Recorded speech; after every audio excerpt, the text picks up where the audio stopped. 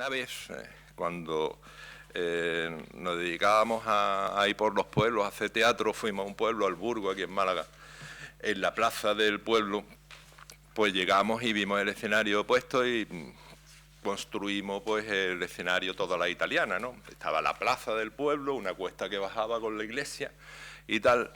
Y cuando empezamos, bueno, estaba a punto de empezar, llegó el alcalde y nos dice: os habéis equivocado. ¿Cómo? Digo, ¿en qué nos hemos equivocado? Dice, no, es que aquí en el pueblo la gente no se sienta aquí, se sienta ahí. Y entonces tuvimos que actuar, como ahora vamos a tener que hacer, si nos venís un poco hacia adelante, vamos a tener todo que actuar hacia este lado, porque está ahí la mayoría enfocado hacia ese espacio, ¿no? Por lo cual os ruego, en el pueblo no lo pudimos hacer, avisar a todo el pueblo que se pusiese en el sitio que teníamos pensado para ello, pero a vosotros, que sois poquitos, centraos un poquito y poner un poco más cerca para que así las preguntas, no hay micro hay micro para, pero bueno, nos viene bien la excusa que tenía para que se acercara, me ha salido. No. No, hombre,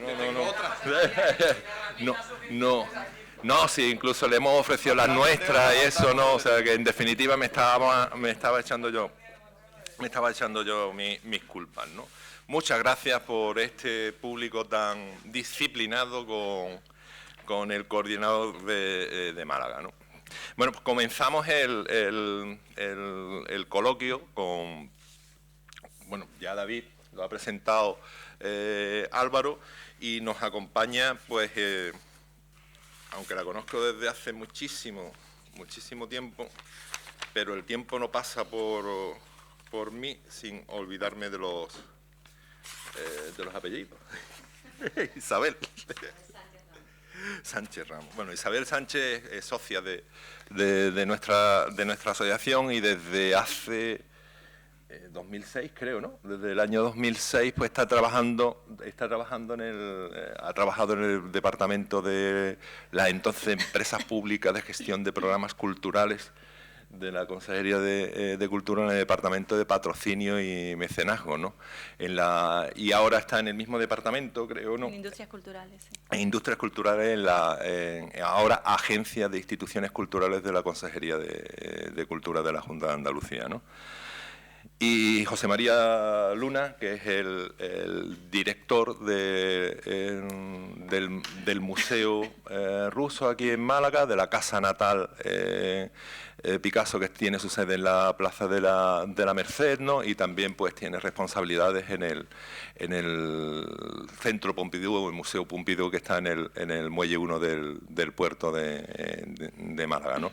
Que puede aportar mucho pues en el debate de hoy, porque prácticamente pues estamos hablando de tres museos gerenciados por una misma persona, ¿no? Y son museos franquicias que se han instalado en Málaga y representan pues aquí en la ciudad pues un nuevo modelo de financiación. Pero yo primero le voy a dar la palabra a Isabel, ¿no? Y le voy a formular una pregunta a ver si me la sé. Si te la sabes, o me has dicho que era la que te tenía que plantear, ¿no? Lo hemos pactado antes. Entonces, esto es teatro, ¿no? Cuando David decía que las artes escénicas no podía todavía ser más productivas, ¿no? Y tal, ¿no? Yo digo, pero eso es imposible, ¿no? Cuando Beethoven compuso lo que compuso, lo hizo para el mínimo de músicos que necesitabas para ese espectáculo, ¿no? Y cuando Shakespeare compuso las obras de teatro que compuso y escribió, la diseñó para un número exacto de personajes. Menos es imposible. Pero he recordado que en Fietten hemos visto un Romeo y Julieta con dos personajes, solamente dos actores que han hecho todo el personaje, o sea, todos los personajes de la trama. Es decir, que las artes escénicas tienen un poder de adaptabilidad a los modelos de Gleason superior a su flexibilidad. O sea que no nos rompemos. Isabel, ya volviendo al tema, ¿es posible generar un modelo de financiación mixta de la cultura a nivel español? Bueno, yo creo que no solo es posible, es que tiene que ser así, no hay otra, ya sea por cómo ha ido la economía o la cultura o donde vivimos ahora mismo, en el punto en que nos encontramos, y porque es posible y es necesario, o sea, no hay otra manera, ¿no? Como ha dicho David antes, ¿no? Que, bueno, creo que lo ha contado ya todo, pero bueno, a partir de ahí vamos a ir a ver si surgen algunas cosas más. Nada es nuevo, ¿no? La argumentación de los economistas sobre la cultura, la intervención del Estado desde los años 60, con Baumol, en fin, todos los autores, todos los economistas hablaban de la mayor o menor intervención del Estado. El patrocinio y mecenazgo, por supuesto, no es nuevo. De nombre se lo da mecenas, ¿no? Ni siquiera el crowdfunding. El crowdfunding es nuevo, como has dicho, el elemento Internet, ¿no? Que revoluciona, innova en el sentido de que puedes llegar a muchísima más gente, pero Lola Flores ya hacía crowdfunding, ¿no? Cuando pidió un poquito de todos los españoles y, en fin, nada es nuevo, ¿no? Entonces, ni siquiera es nuevo el concepto y bueno, es lógica común de no meter todos los huevos en una cesta. Pues lo mismo, no es la diversificación de la financiación, forma parte de la sostenibilidad de los proyectos y es necesario, pero para cualquier empresa. Para un proyecto público o una empresa privada o una empresa pues, de automóviles o de lo que sea, ¿no? Entonces, yo tengo experiencia en patrocinios y mecenazgo desde el punto de vista público, o sea, buscando patrocinios para programas públicos, en este caso de la agencia, que te acuerdas, Antonio, que hemos ido a negociar contratos de patrocinio, a veces con más éxito que otros. Y ahora, desde la agencia, que trabajamos en industrias culturales, en un servicio que se llama Servicios Avanzados, que damos orientación a empresas y profesionales de la cultura en sus proyectos. La mayoría de preguntas o dudas, consultas que nos hacen es sobre financiación, evidentemente, cómo financiar sus proyectos, también sobre comercialización, sobre otros aspectos, pero sobre todo por financiación. Y veo que el punto de vista del patrocinado no se entiende muy bien todavía qué es el patrocinio, qué es el mecenazgo. O sea, la gente no sabe qué es una venta realmente, ¿no? Pero una venta de valores. Y la cultura tiene muchos de esos valores que a lo mejor otros... hablábamos antes, ¿no?, en el desayuno, los bancos, ¿no?, que se han apropiado de la palabra creatividad y ahora los bancos son creativos. Pues nosotros no tenemos que inventárnoslo, es decir, esos valores ya están ahí, ¿no? Y es curioso porque incluso desde la administración no se entiende muy bien cuando se va a pedir un patrocinio qué es lo que estamos haciendo, a veces desde la soberbia, pero es que los pequeños empresarios que también quieren patrocinar sus proyectos, bueno, como una vía también de la financiación de sus proyectos, tampoco lo entienden. Ellos están, la mayoría, nos gusta mucho este trabajo, del trabajo de la cultura, los gestores culturales y los artistas, por supuesto. Entonces estamos enamorados de nuestro proyecto, pero a la hora de vender no puedes ir diciendo, es que tienes que patrocinarlo, tienes que darme dinero, porque es fantástico, es lo mejor que hay. No, tienes que ponerte en la situación del otro. Y esa empatía no existe ni por parte de la administración cuando busca patrocinios o mecenas, ni por parte de los pequeños proyectos culturales, ¿no? Luego, la ley de mecenazgo es como esperando a Godot, ¿no? Todo el mundo está esperando que llegue la ley, que nos va a salvar a todos y que unos porcentajes, unas ventajas fiscales fantásticas animaría a todo el mundo a patrocinar, y incluso la ley del crowdfunding, ¿no? Esta que ahora ha salido alguna que no afecta mucho a los proyectos culturales porque en las plataformas que normalmente donde se buscan crowdfunding para financiación para proyectos culturales son de la de recompensa, y esta la ley pues no la toca. En fin, ya me he perdido. Quería decir que no es la panacea el que tener más ventajas fiscales. De hecho, las motivaciones de las empresas por este orden es notoriedad de la marca, implicación con el entorno, acercarse a su sector, a su segmento de público o cliente, incluso aspectos sociales. Ahora mismo los mecenas y los patrocinadores no invierten dinero en cultura por las ventajas fiscales que tienen. En Estados Unidos es otro tema, ¿no? Y de lo que decías de fijarnos en ese modelo, pues yo creo que para fijarnos en un modelo tendríamos que fijarnos más en el modelo francés, por la cercanía y porque es más similar al nuestro, en cuanto a que estamos acostumbrados más a la mayor intervención del Estado, ¿no? Que en Estados Unidos pues es como, aquí hay que buscarse el dinero porque el Estado, pues lo mismo que aquí, el patrocinio supone un 10%, de la financiación en el proyecto, más o menos, allí es al revés. Esa es la aportación del Estado, en el caso de que la haya, ¿no? Entonces, otra cosa que quería también, bueno, supongo que seguirá surgiendo en el debate, no quiero apropiarme ahora mismo en un principio de todo, es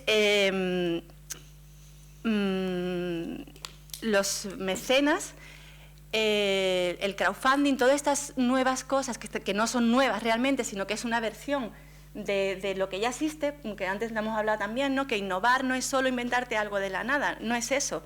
Innovar es ver lo mismo que hacíamos, pero desde otro punto de vista, desde otra perspectiva, o incluso rescatar cosas que ya han quedado obsoletas y que pueden ahora servir, por lo que sea, en un momento dado, ¿no?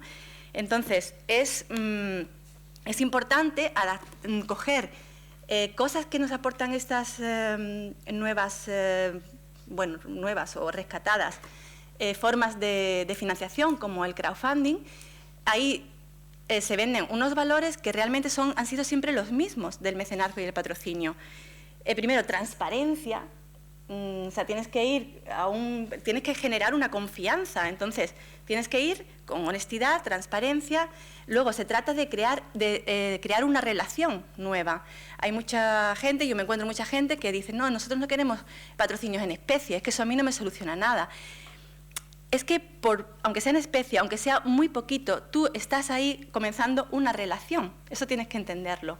Y esa relación, cuanto más te conoce ese patrocinador, va a ser mejor para tu proyecto, para que se implique en ese proyecto. Y esos valores que, por ejemplo, con el crowdfunding ahora se están no poniendo de moda, pero la gente lo está entendiendo, ¿no? El poder no es solo financiar, los pequeños mecenas no solo es financiar ese proyecto, es implicarse en él, es formar parte de ese proyecto. Y ese valor intangible también es lo que vendes cuando tú vas a un gran patrocinador, a un gran mecenas a que patrocine o mecene, si se puede decir así, tu proyecto, ¿no? Es lo que estás haciendo es comenzar una relación y que se implique en tu proyecto, incluso a partir de ahí crear proyectos nuevos, que también, ¿no? Bueno, a mí se me ocurren muchas cosas con lo que ha dicho David y que se pueden hablar sobre patrocinio y mecenazgo, pero bueno, le voy a dar también la palabra a ellos y sobre todo que hagáis preguntas vosotros de qué es lo que queréis también que explique un poco más o que sobre mi punto de vista, ¿no? Sobre el patrocinio y el mecenazgo. Bueno, José María, tu punto de vista desde la dirección de una agencia pública como la que lleva un proyecto tan importante como son tres museos y sabiendo lo que implica pues el museo dentro de la cultura, ¿no? Bueno, en primer lugar, muchas gracias, buenos días, espero que estéis cómodos, bienvenidos a esta colección del Museo Ruso de Málaga, a esta sede. Agradecer a la JECA que nos haya dado la oportunidad de recibiros, a mi amiga Ana la oportunidad de volverla a ver después de tantos años, de compartir formación. Mira, por nuestra mala cabeza donde nos vemos, si hubiéramos estudiado, nos iría mejor. Me gusta que al final haya hecho esa apreciación de dirigir la agencia, porque efectivamente, dicho así, dirige el Ruso, el Pompidou y no sé qué, parece que estoy dirigiendo como llaman aquí en Málaga, ya me llaman 3 en 1.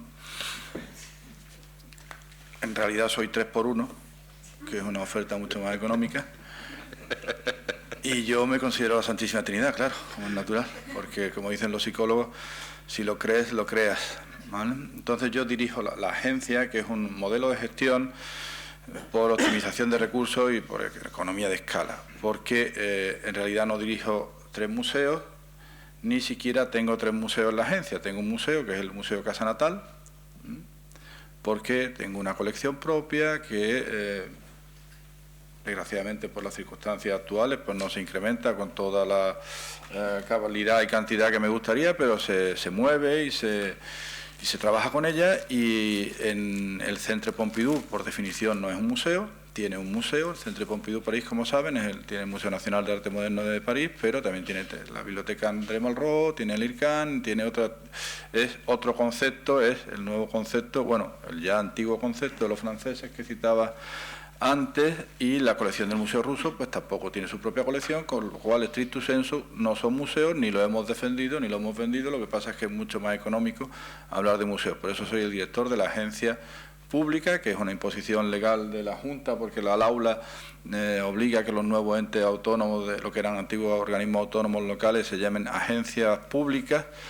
Tuvimos la suerte de que en el proyecto de ley se cayó lo de agencia pública andaluza, pues entonces ya no hubiera cabido mi título en la tarjeta, hubiera tenido que dar 3 vueltas a la tarjeta, agencia pública andaluza para la gestión tal, y por eso pone agencia pública para la gestión de equipamientos culturales, de centros museísticos y equipamientos culturales, porque sabíamos que no estábamos trabajando con museos, ni lo hemos vendido como museo, ni siquiera franquicia, que muchas veces, que no creo que sea el caso, se utiliza con un tono peyorativo. Y bueno, pues se le pone esa señal, pero en realidad no son museos, efectivamente, sedes con una relación especial de partenariado con Francia y con Rusia, que delimita muy bien lo que podemos hacer en cada caso y que nos aporta algo que Málaga necesitaba en su momento, que empezó a trabajarse hace ya más de 15 años con los planes estratégicos, que en el segundo plan estratégico empieza a plasmarse con la apertura del Centro de Arte Contemporáneo, que luego no viene por ese lado, desgraciadamente, no viene por ese lado por las circunstancias especiales de esta región nuestra, sí, pero aparece afortunadamente el Museo Picasso, que sí que marca un antes y un después. En el caso de Málaga no se puede hablar de un caso Guggenheim, porque en ningún caso se ha seguido el mismo modelo, ni siquiera se ha tenido la misma soporte económico, institucional, público, social que el Guggenheim ha tenido, pero de alguna forma sus efectos, el impacto, está teniendo mucho interés en todos los sentidos, no solo en el económico, porque la suma de todos esos museos mucho más que la suma de cada uno de ellos, y eso al final ha convertido a Málaga, nos guste o no, en un referente manifiestamente mejorable, que diría Ramón Tamames, y los que estamos trabajando en eso lo sabemos. Yo no fui ni soy el ideólogo del modelo ni del proceso, sino el gestor de ese proceso. A mí me lo encargaron cuando ya estaba en marcha, y lo que sí he tenido algo que ver en que esto sea una agencia, como digo, por economía de escalas, porque hay servicios que podemos mancomunar para los distintos centros y nos permite optimizar en ese sentido los recursos.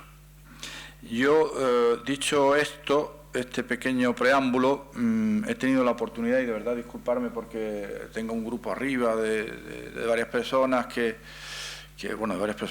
un numeroso grupo de personas que han venido de mi antiguo museo, del Museo Grabado Español Contemporáneo, de la asociación de amigos que yo puse en marcha en el Museo Grabado Español Contemporáneo, que sigue viva, un poco más viva que el museo, porque está cerrado, y que he querido saludar y querían que les saludara. También tengo una heredera única y universal, granaína de nacimiento, que tiene también una cierta vocación por el baloncesto, y he tenido que ir a un pueblo de aquí, a Coína, como 30 kilómetros, a dejarla y luego venir aquí y estar con vosotros. Pero me he asomado, y justo cuando me he asomado estaba interviniendo sobre turismo y cultura. Estaba hablando sobre turismo y cultura. A mí me gusta mucho eso que has dicho, porque precisamente ayer en la Confederación de Empresarios de Málaga defendía eso. El 70% de la población mundial se está moviendo ahora, del turismo mundial se está moviendo ahora por motivos culturales.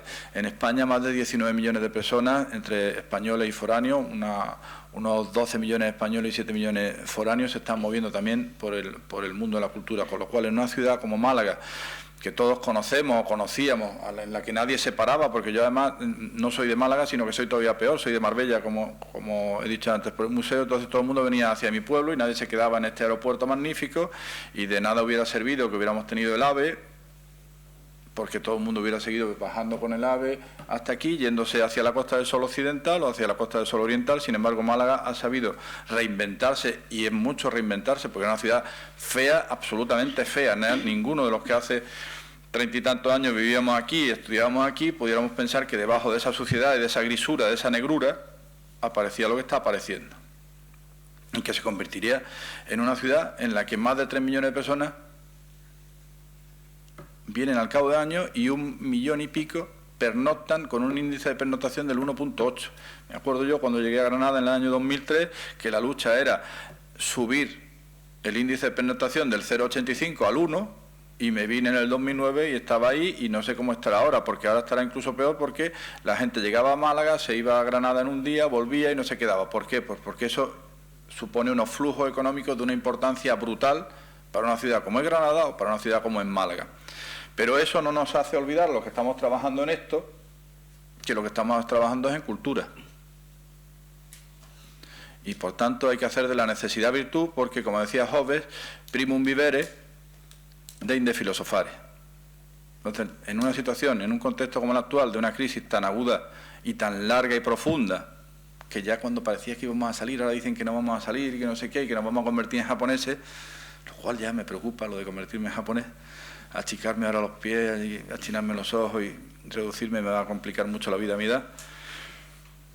Que esta apuesta cultural, porque lo prefiero, supongo que coincidiremos todos, al modelo de Las Vegas ese que se fue tan polémico. Yo creo que esta apuesta es mucho más interesante, porque nos permite una serie de derivadas en las que estamos trabajando, de muchos tipos que podemos comentar luego si queréis, porque al final estamos hablando de economía. Yo ayer se lo decía a los empresarios, ya no es aquella frase famosa del político americano, es la economía estúpido.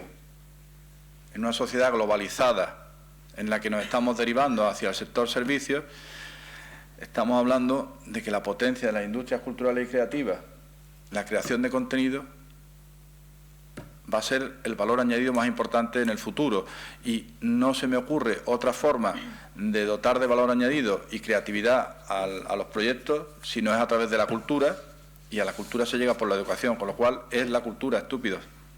Perdón, no es a ustedes. Con lo cual, ahora, en un futuro próximo, probablemente, que hemos estado tan acostumbrados a llegar al pueblo y que nos cambie el alcalde de turno, la orientación de aquí hacia allá, seamos nosotros el núcleo, el centro de las políticas estratégicas.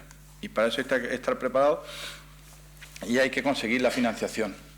Por cierto, una pequeña matización, hemos hablado de mecenazgo y patrocinio. Yo llevo 30 años en esto, Ana lleva 5, aunque nos conocemos hace mucho, pero lleva 5 porque es mucho más joven que yo. Pero no sé si ella conoce un caso de mecenazgo. Yo no conozco ningún caso de mecenazgo, con lo cual dejemos de hablar de patrocinio y mecenazgo, no nos confundamos. Estamos hablando de patrocinio, estamos hablando de contratos, estamos hablando de negocios. Me parece maravilloso el asunto. Yo además, como he dicho, nazco en Marbella y nazco a la cultura también en Marbella y en la gestión cultural en Marbella, además de Gil. ¿Os acordáis de Gil? Bueno, pues montar un museo y financiar un museo en Marbella de Gil vale por 3 másteres y 5 doctorados de los actuales. ¿Vale? Porque pagar... ¿Cierto o no, Ana? Tú eras una niña, venías de la mano de tu madre, tú venías a jugar... Pues aquello se sacó gracias a que si tenía que ser un patrocinio en especie, era un patrocinio en especie, si era en huevos de gallina que luego revendíamos. Yo os cuento una anécdota divertida. El Corte Inglés, por cierto, Ramón Burgos, que jubilosamente se ha jubilado, que era director de Relaciones Institucionales del Corte Inglés en Andalucía, y me decía, pero no te puedo dar dinero, te voy a dar tarjetas de regalo del Corte Inglés. Digo yo, ¿y qué compré en el Corte Inglés? Compramos un ordenador para acá, un portátil, cuando empezaban a salir estas cosas, y digo, bueno, pues tengo una asociación de amigos, pues ya está, esto tiene una agencia de viajes, vamos a organizar viajes culturales por toda Andalucía, y lo organizamos con el Corte Inglés. ¿Cuánto vale? Pues 50 euros por persona, esto me lo estoy inventando. Pues 50 euros por persona. Señores, amigos del Museo de Grabado, les vamos a organizar un viaje a Granada, van a ver ustedes la Alhambra, la Fundación Rodríguez Acosta, el Museo Arqueológico, la Casa del Castril, van a comer ustedes en el Oliver y les va a costar 75 euros. pagaba al Corte Inglés con mi tarjeta del Corte Inglés, le cobraba a los señores 75 euros, con lo cual tenía una plusvalía de 25, y convertía los huevos de la gallina en dinero contante y sonante para pagar el stand de Arco, el catálogo de la exposición de Gerardo Rueda o lo que tocara de turno. Con lo cual, aprovechar ese inicio de la relación, eso se ha convertido en una entrañable amistad con el amigo Ramón Burgos, o con el amigo Julio Cuesta, el presidente de la Fundación Cruz Campo, que le conocí en Granada, me llevó a Cruz Campo a comer a Sevilla, y fuimos a comer en la escuela y fui a pedirle dinero, claro. Y digo, bueno, ¿con qué vino comemos? Dice, aquí no se bebe vino con cerveza. Yo no bebo cerveza nunca. No me gusta, me parece amarga, desagradable. La comida que yo tuve, y además era cerveza, era menú de degustación con maridaje de cerveza para cada plato. Esto no está pagado. No está pagado. Efectivamente, la ley de mecenazgo no es Godó ni es el general Armada, ni está ni se le espera. Porque no le interesa a nadie. Ninguno, así como no conozco ningún caso de mecenazgo, no conozco ninguna empresa que a la hora de valorar, y lo digo en el terreno práctico, no lo digo en el terreno que también la teoría de todas esas cosas que las ganas estas me ha hecho ir a unos cursos, me he tragado cursos como este, bueno, más infumables que esta mesa redonda incluso. Había una cosa que se llamaba, que se lo cargó la crisis, que es la asociación, la asociación empresarial para el, la EDME, la asociación empresarial para el desarrollo del mecenazgo. Que eso ha muerto. Sí. Se han muerto, se le ha cargado la crisis, claro.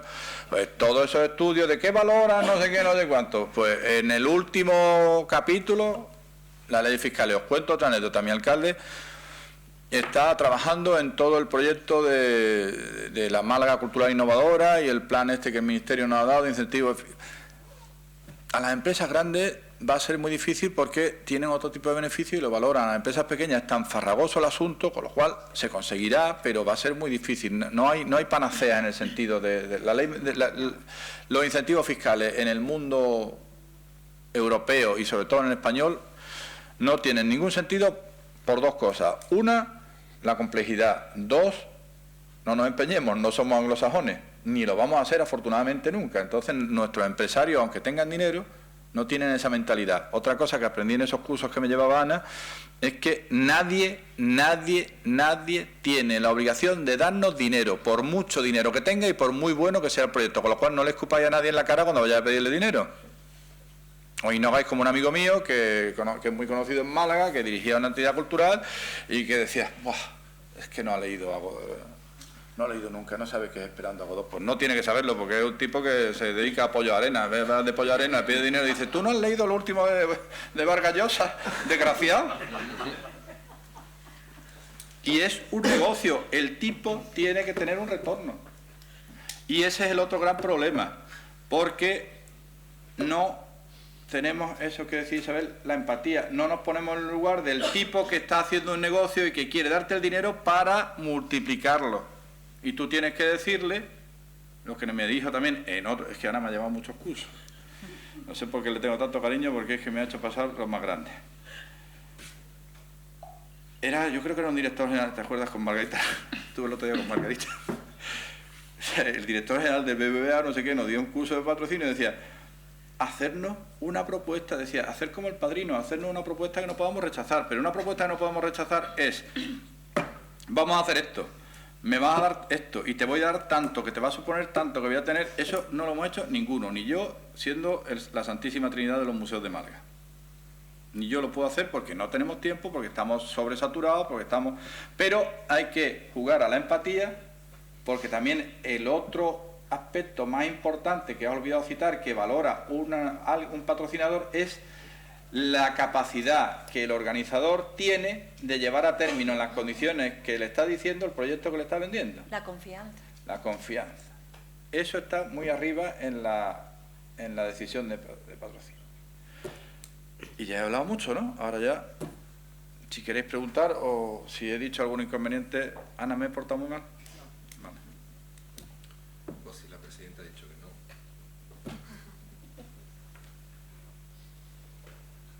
Bueno, yo no soy el moderador.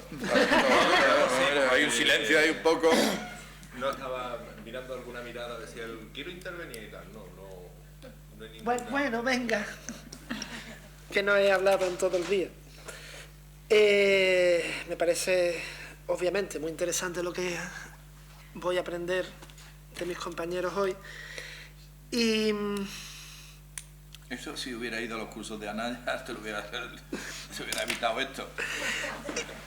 Y no te creas, porque habéis insistido en algunos aspectos que yo he manifestado antes.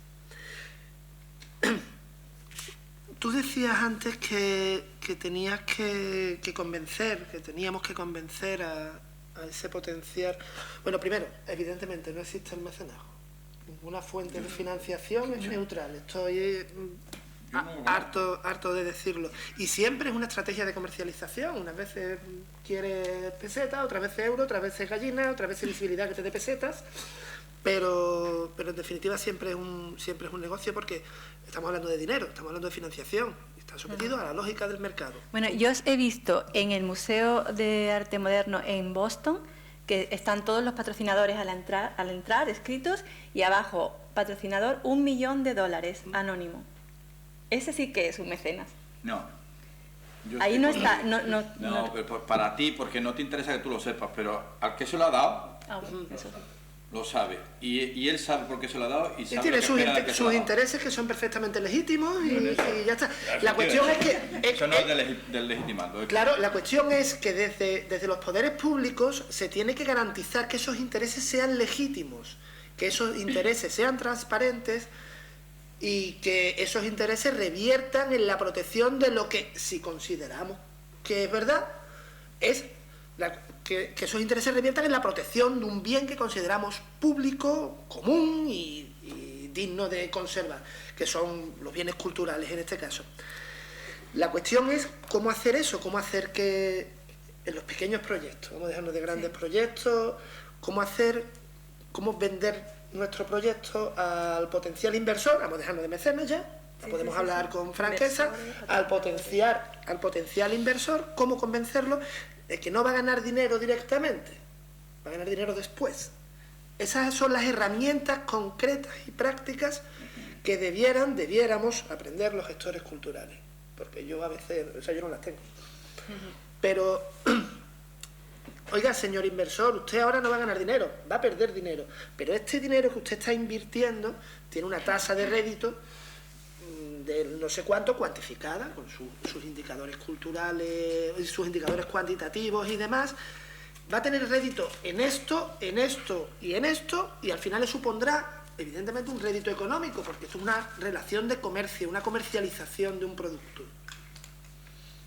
Esas herramientas concretas, que ya van más allá de las consideraciones de mercado, de no sé cuánto, sino, señores, ahora venimos aquí a por dinero para nuestros proyectos culturales. ¿Cómo hacemos para convencer al de la cementera o al de no sé quién, que no tiene nada que ver con Esperando a Godot, cómo hacemos para que invierta? Lo primero que hay que hacer cuando buscas patrocinio, nosotros que buscamos para diversos programas de la agencia, y nunca, pues te haces una lista de posibles patrocinadores, no empresas del entorno, por ejemplo, en tu caso, que es el territorio más cercano, el local, empresas que estén interesadas en lo que llamamos stakeholder, o son los grupos de interés, es decir, desde mi posible cliente, que va a ser el vecino, que va a venir a comprar a mi empresa, hasta mis trabajadores, que se sientan que su empresa colabora en su entorno, en su pueblo, restaurando un edificio de su pueblo, o haciendo un espectáculo que gracias a él va a estar allí y lo va a poder ir a ver, no va a tener que irse a otra ciudad a verlo, más grande. La sociedad, por supuesto, pensando siempre en esos grupos de interés. Y luego, ¿qué le vamos a vender de imagen, de pues ese futuro clientes, imagen y implicación en el territorio? Hacer que los grupos de interés te conozcan, la visibilidad también, ¿no? Implicarlo. De todas maneras, ya lo decía, lo primero que haces es mirar qué empresas tienen, normalmente te fijas en su público objetivo, en sus clientes que tengan que ver, ¿no? Que puedan ir hasta allí. Y le ofreces eso. No me estoy perdiendo. toma la pastilla? Sí. Me refiero que para cada proyecto es único y tienes que pensar en otro, porque claro, lo que decías antes de la competencia son los mismos, las grandes fortunas son las mismas, las grandes empresas son las mismas, y la posibilidad de un proyecto pequeño no va a ir nunca a ese grande, ¿no? Pero esa es la ventaja también, que hay proyectos grandes que no le interesan a esos pequeños patrocinadores, y el proyecto pequeño puede ir hacia ellos, ¿no?, a conseguir convencer a esa gente. Quiero decir que cuando hacíamos los programas, aunque yo tenía una lista de posibles empresas y tal, siempre empezaba de cero, empezaba de nuevo, ¿no?, con cada proyecto. Si era el Teatro Central, el ciclo de pop rock, mirábamos unas empresas que estuvieran interesadas en un público joven, en un público, bueno, relacionado con la música, por ejemplo, Coca-Cola, ¿no? Que era un proyecto de teatro infantil, pues miraba otras empresas que estaban, que tenían interés en ese público infantil, evidentemente como posible cliente del público en sí o de la familia, ¿no?, que va a acompañarlo, ¿no? Son proyectos muy adaptados al patrocinio, es decir, lo que decía antes de la empatía, ¿no?, que tienes que ponerte en el lugar del otro. Es difícil, y es verdad que no se puede decir, a lo mejor los economistas lo tenéis más fácil en eso, qué réditos van a tener en números el hecho de que tu imagen salga ahí. Luego hay otros valores, otros réditos intangibles que no se pueden medir, o a lo mejor sí, si nos ponemos a medirlos, pero que tampoco, no sé si le interesa al otro tampoco solo por económicos, es decir, por números que vais a ganar, porque el prestigio, la imagen, el que el público te vea como que estás ayudando a restaurar un edificio que forma parte de su patrimonio, esto se mide en compradores. No sé, a lo mejor tú como economista me dices, sí, pues se puede medir.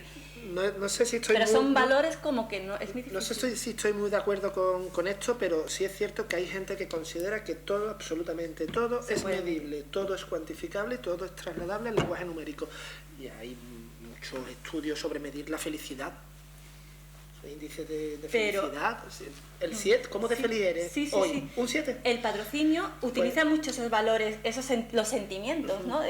Y eso para mí es difícil de cuantificarlo, pero sí. Pues hay gente que lo cuantifica, ya digo, yo no sé si estoy muy de acuerdo con esa tesis, pero así, todo, absolutamente todo es cuantificable.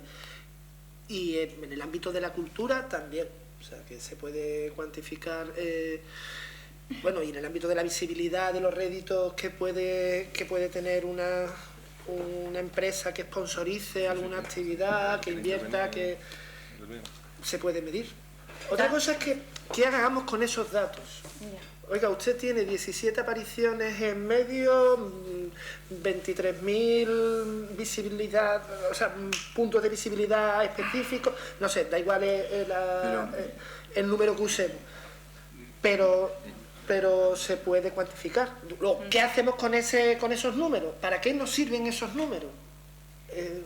Sí, para eso puedes convencer al departamento de marketing, que normalmente es el que lleva los patrocinios, para decir, mira, lo que tú vas a gastar en publicidad, no. que es esto o no, es esto, pues yo te lo voy a ofrecer, vas a llegar a más gente con esto y de otra manera, porque vas a llegar de otra manera, ¿no? Hay una saturación también de la publicidad que a lo mejor con el patrocinio llegas a la gente pero de otra manera, ¿no? Entonces eso es lo que tú puedes vender. Pero también insisto en que no es solo, aunque tú tengas que ir con una propuesta de patrocinio más o menos cerrada, siempre flexible, ¿no? Porque no puedes cerrarte a, oye, no me das esto, pero me das esto y también me viene bien.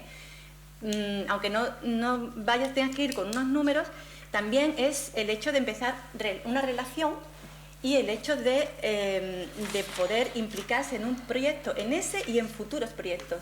Y la oportunidad de poder explicarle que puede colaborar en otros proyectos y que va a tener, pues eso, otros réditos económicos, pero también sociales, no sé, de empatía con el entorno donde vive esa empresa y donde se desarrolla la empresa, ¿no? Y luego cada proyecto tiene su patrocinador, es decir, no puedes ir los pequeños tienen que ir a los patrocinadores del entorno o a otros diferentes.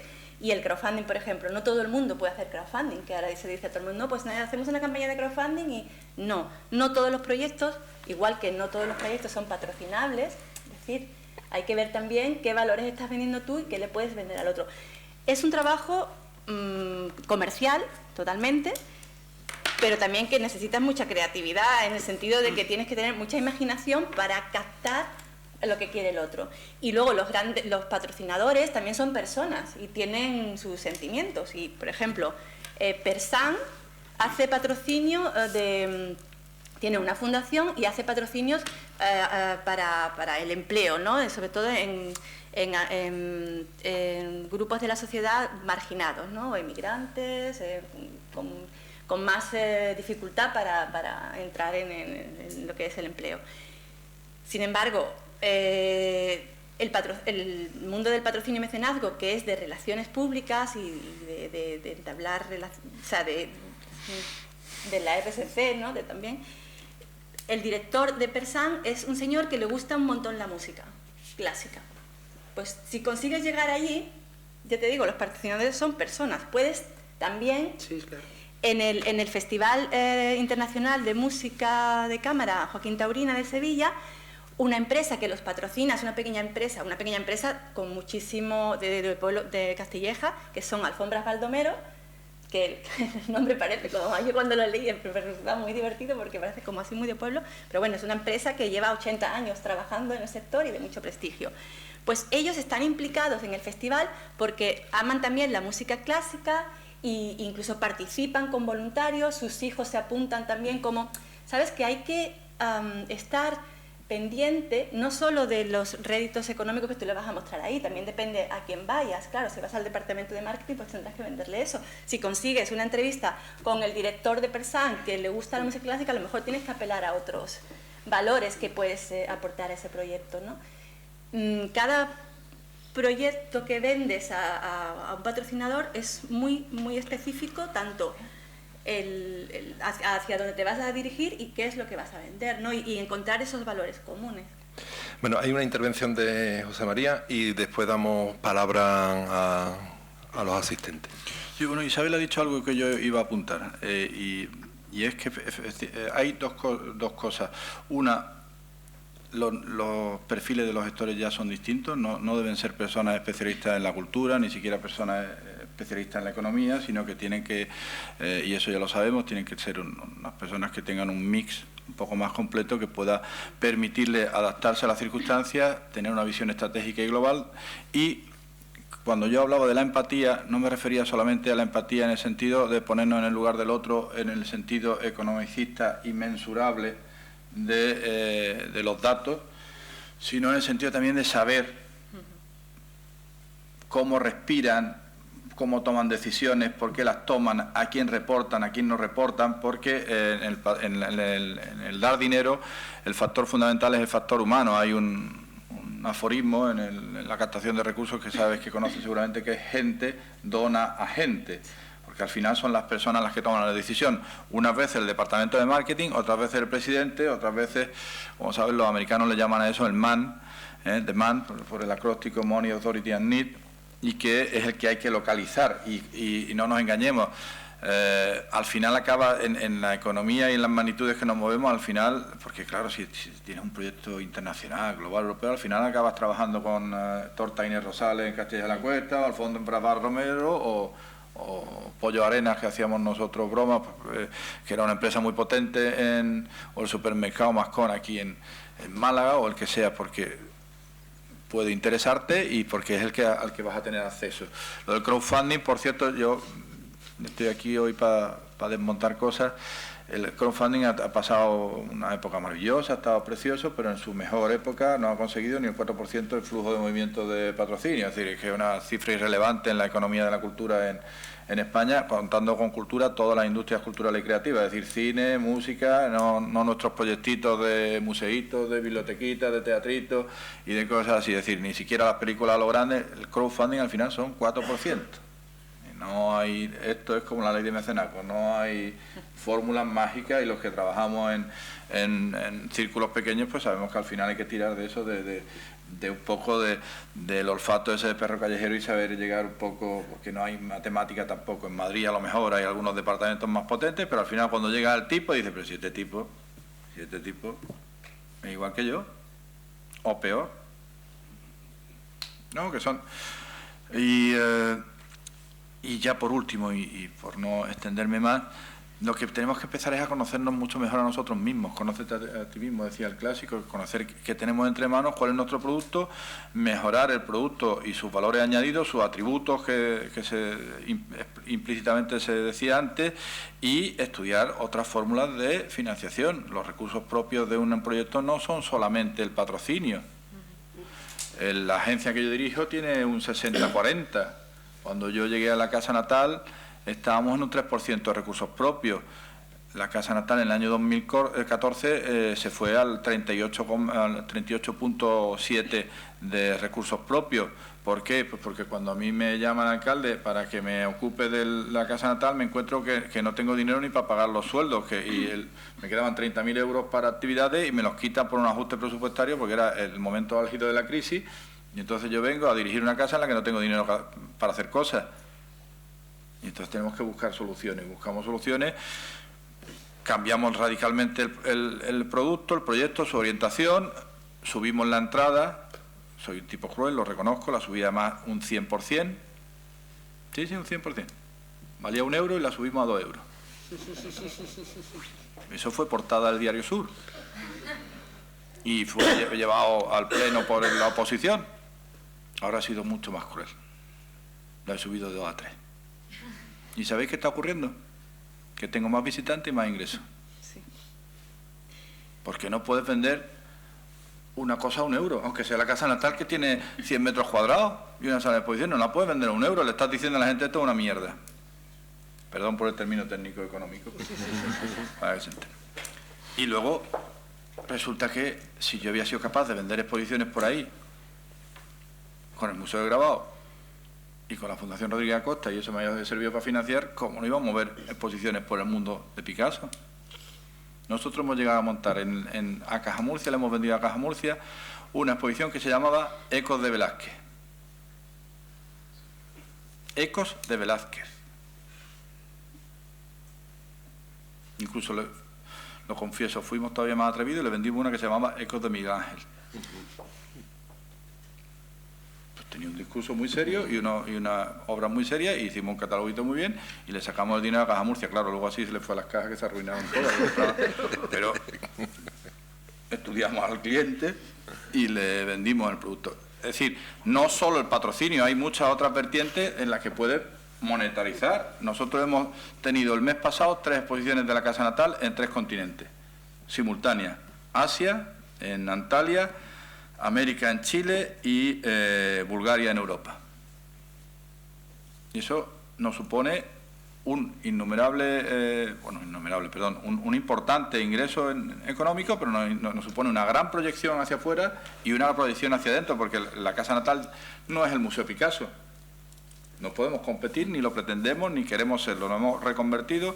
El que quiera ver obra de Picasso y la evolución pictórica y artística de Picasso tiene que irse al Museo Picasso. Ahora, el que quiera conocer al personaje tiene que venir a la casa natal. Y eso es lo que les vendemos. Y tenemos públicos totalmente distintos. Hay un pequeño grupo que sí hace casa natal, y me decía antes que había venido a Málaga, había visto a Casa Natal y Museo Picasso. Hay un pequeño grupo que sí ve las dos cosas, pero los cruceristas vienen a la Casa Natal. Los que quieren ver a Picasso van con más tiempo al Museo Picasso. Bueno, esa es la oferta complementaria de Málaga. Por eso quería decir que no solo fiemos todo al patrocinio, que también probablemente nuestros productos, es decir, conciertos, oye, pues a ver cómo lo hago más atractivo, cómo mejoro mi comunicación, cómo mejoro. Claro, es verdad, pues cuando somos todos gestores uniparentales o monoparentales, que somos nosotros y nosotros mismos, pues es muy complicado llevar comunicación, captación de recursos, bueno, pero también los proyectos hay que hacerlo a escala.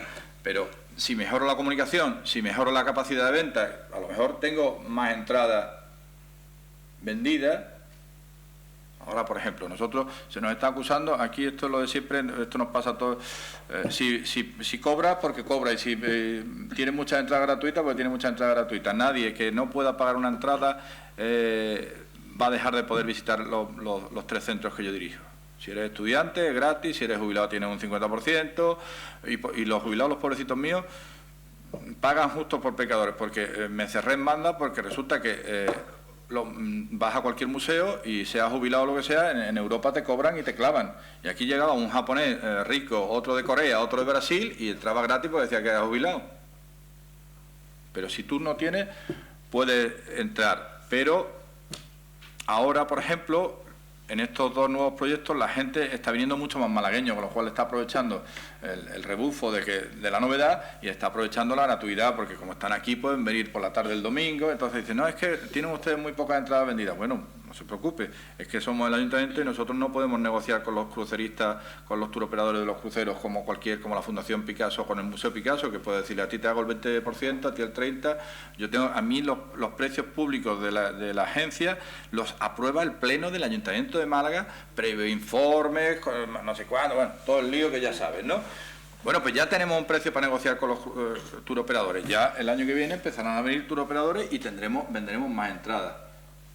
Que no estoy aquí para vender entradas, estoy aquí, como digo, para hacer cultura, pero es que luego tengo una cuenta de resultados y la luz hay que pagarla, el señor que está allí sentado cobra y todos cobran, que eso es otra variable de este proyecto que también tiene otra conversación, pero al final estamos en un 60-40. Estamos con 10 millones de euros anuales, cifras redondas, manteniendo 3 centros, y 4 millones de esos euros, de esos 10 millones, son recursos propios. Que no está nada mal porque, igual que no conozco ningún caso de mecenazgo, no sé si conocéis en Europa muchos casos de museos autosuficientes. Porque el Prado, yo creo que estaba en un 30-70, en el mejor de los casos, porque claro, cuanto más grandes, estos museos son mucho más caros o estos centros. Hablo de museos porque es más... Este centro es mucho más caro de mantener, o el Pompidou mucho más... El Pompidou es más caro que mantener que este, y este, desde luego, es inmensamente más caro que la casa natal. Ingreso más aquí y allí que en la casa natal, pero gasto muchísimo más, claro. Perdón, me he extendido mucho y había un señor ahí ya de 1 hora, el pobre, con el micro en la mano. Sí, hola, nada, buenos días. Por alusiones. No es que se haya metido nadie conmigo, simplemente que... Y bueno, yo igual no soy el más indicado para hablar de esto, porque claro, trabajo en un pueblo de 4.000 habitantes y bueno, no sé si lo que voy a decir está... Yo en realidad había venido a apoyar a mis compañeros de la Federación de Andalucía y a aprobar la rosada, y no pretendía hablar, pero bueno. Bueno, pues es que vengo de Navarra, ¿no? Vengo de un pueblito de Navarra, y evidentemente en Navarra está aprobada la ley de mecenazgo. Se aprobó, llevamos con ella 1 año y medio, ¿no? Se aprobó en 2014, o sea que el ejercicio 2015 pues ha estado vigente. Y bueno, quiero decir que ahí sí que se hace la distinción muy clara entre mecenazgo y patrocinio. O sea, está clarísima, ¿no? Está muy claro lo que es el mecenazgo y lo claro que es... Y lo que pretende la ley, al fin y al cabo lo que pretende la ley es identificar a las empresas, que es hasta ahora lo que se había más o menos hecho. Las únicas que prácticamente podían colaborar eran las empresas, ¿no? La gente, bueno, pues igual sirve lo de amigo de, pero bueno, ahora en esta nueva ley del patronazgo la gente puede colaborar con proyectos, y bueno, también a esto quería ir, ¿no? Que sobre todo para pequeños centros culturales o pequeños proyectos, o incluso asociaciones culturales, empresas creativas, que también pueden presentar sus proyectos, ¿no? A sus proyectos de patrocinio, pues bueno, pueden tener esta recompensa, ¿no? Quiero decir que, por ejemplo, la ley de patrocinio de Navarra, ya sé que tenemos unas consideraciones, o sea, unas competencias que no tiene el resto del Estado.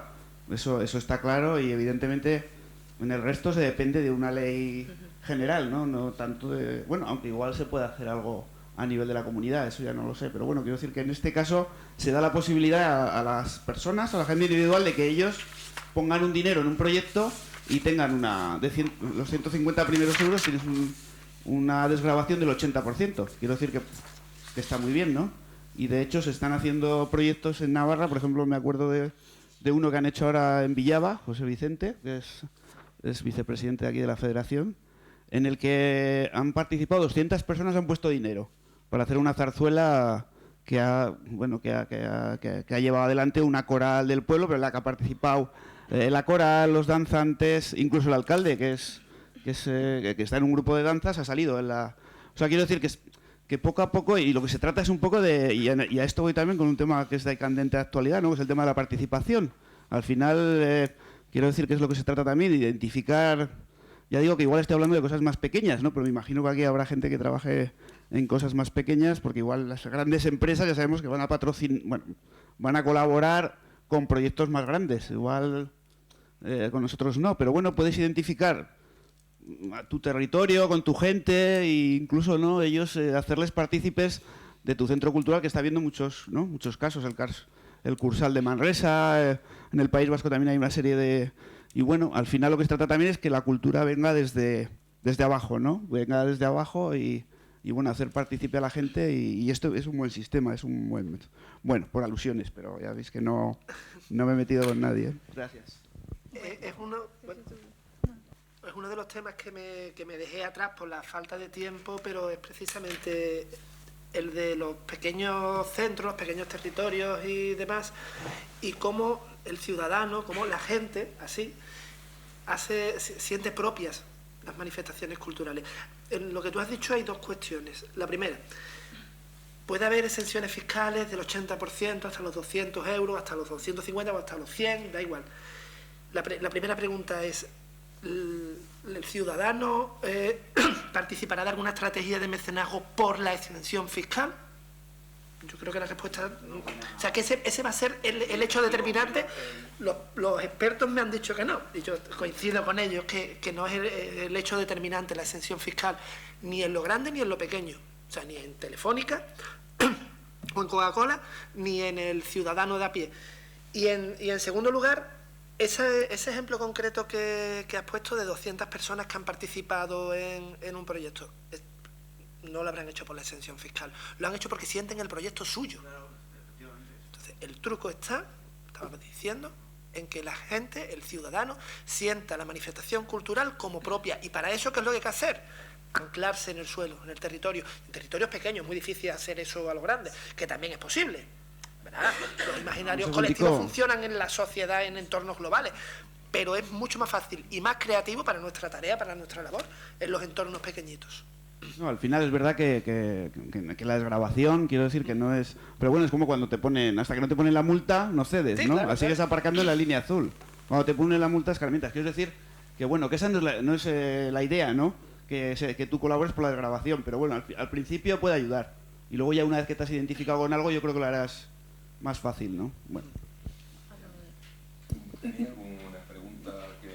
Yo quería decirle, yo quería comentar que efectivamente, como dice David, esas 200 personas habrán participado por otras cosas, no por las exenciones fiscales. Es cierto que los patrocinadores, mecenas, inversores, llamémoslo como queramos, una de sus principales motivaciones no es la exención fiscal, las ventajas fiscales, ¿no? Pero sí que es verdad que le da, los mecenas que ya lo hacen tienen más visibilidad, y también el hecho de publicar, de difundir que hay una nueva ley con nuevas exenciones fiscales, se le da publicidad, visibilidad a esos mecenas que ya lo hacen y patrocinadores, y también pues igual hay alguien más que se interesa, ¿no? Puede atraer a otros posibles patrocinadores.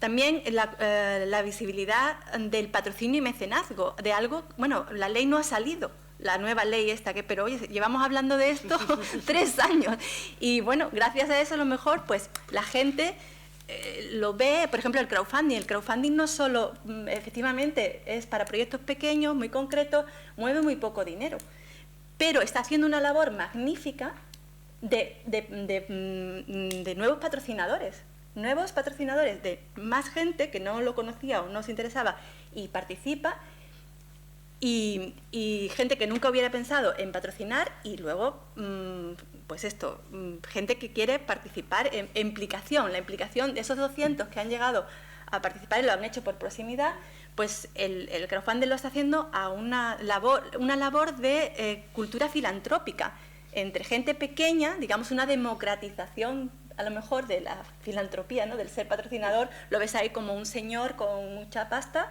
con una gran fortuna, Rockefeller o una empresa importante. Y no, yo puedo ser patrocinador. Ahora, me gustaría preguntaros quién de vosotros ha participado a lo mejor como mecenas, patrocinador, micropatrocinador en una campaña de crowdfunding, en algún proyecto cultural.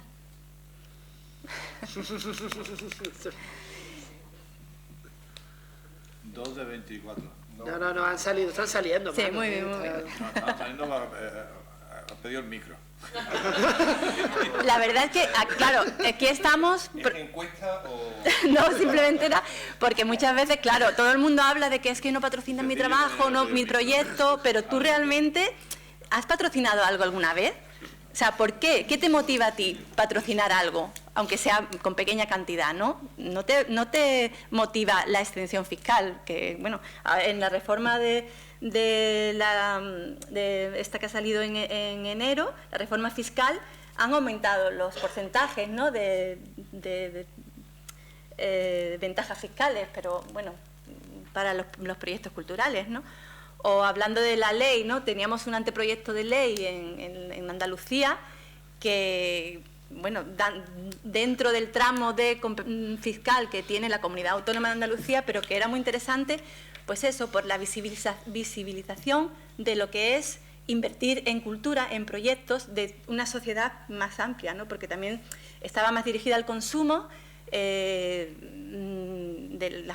la gente que consumía, iba al teatro, compraba entradas de cine, en fin, y también que la novedad era que entraban también empresas culturales, ¿no? Que la ley de patrocinio y mecenazgo actual es solo a entidades sin ánimo de lucro, ¿no? Bueno. Tiene la palabra y después Mariano. Gracias. ¿Se me oye? Sí. Álvaro puede intervenir cuando quiera. Hola.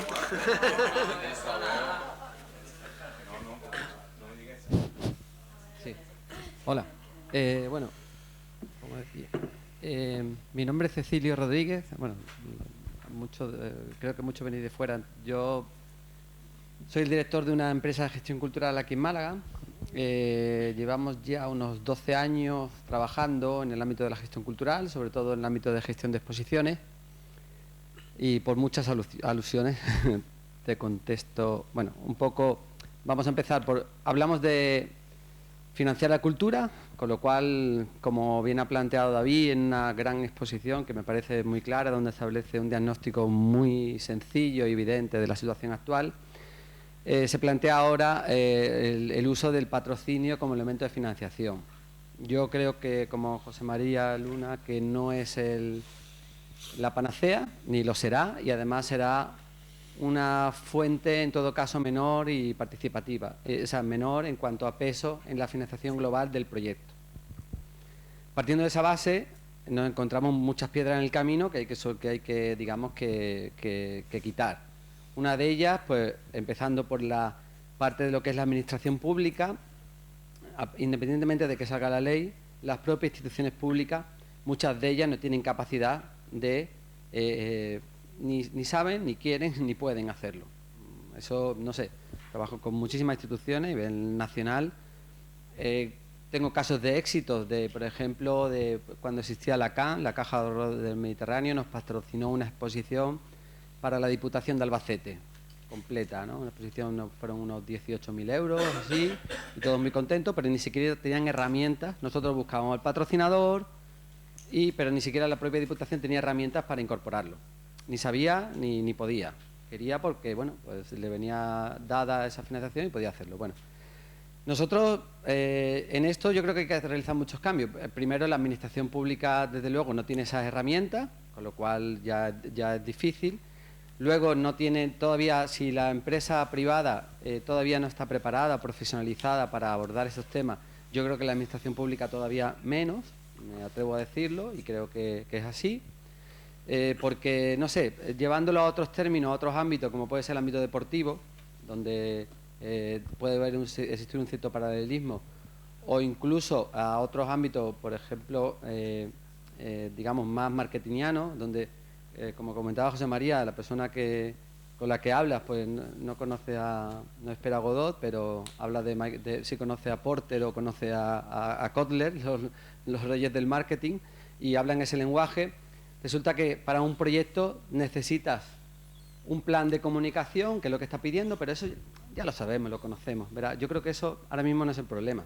Nosotros estamos trabajando en un proyecto europeo de 50.000 euros, 30.000 euros financiados por la Unión Europea, 20.000 euros de financiación propia, con un plan de comunicación asociado, y es difícil encontrar patrocinador. O sea, cuéntame lo que quieras de que puedes probar. La actual ley, es verdad que la actual ley de patrocinio solamente se pueden deducir un máximo del 10% de los beneficios que puede generar la empresa, y con un máximo de un 30%.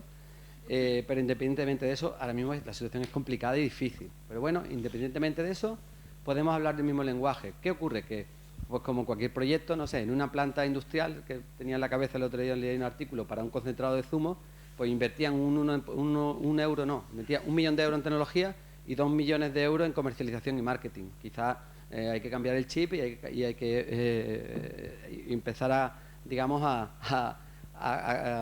cambiar digamos, en cuanto al el volumen de inversión en el proyecto, pues resulta que como mínimo habrá que tener una inversión de 1:1 en cuanto a marketing con relación con lo que es el diseño del propio producto o del propio proyecto. Bueno, independientemente de eso, no quería hablar de patrocinio. O sea, creo que es una cosa que hay que mejorar, hay que trabajar. Como decía antes, las entidades públicas tienen que cambiar esa forma, que haya leyes que permitan obtener esa financiación. Pero yo iba más al estudio de los posibles modelos de gestión que existen actualmente en la administración pública, porque queramos o no, existe una gran dependencia de lo que es la cultura de la administración. Eso es una auténtica realidad. Es decir, tanto si hablamos de cine, teatro, museos, salas de arte o lo que quiera. En cuanto a la entrada del museo, nosotros tenemos un caso de éxito trabajado en Italia, porque en España no se nos permite, y es hacia donde voy.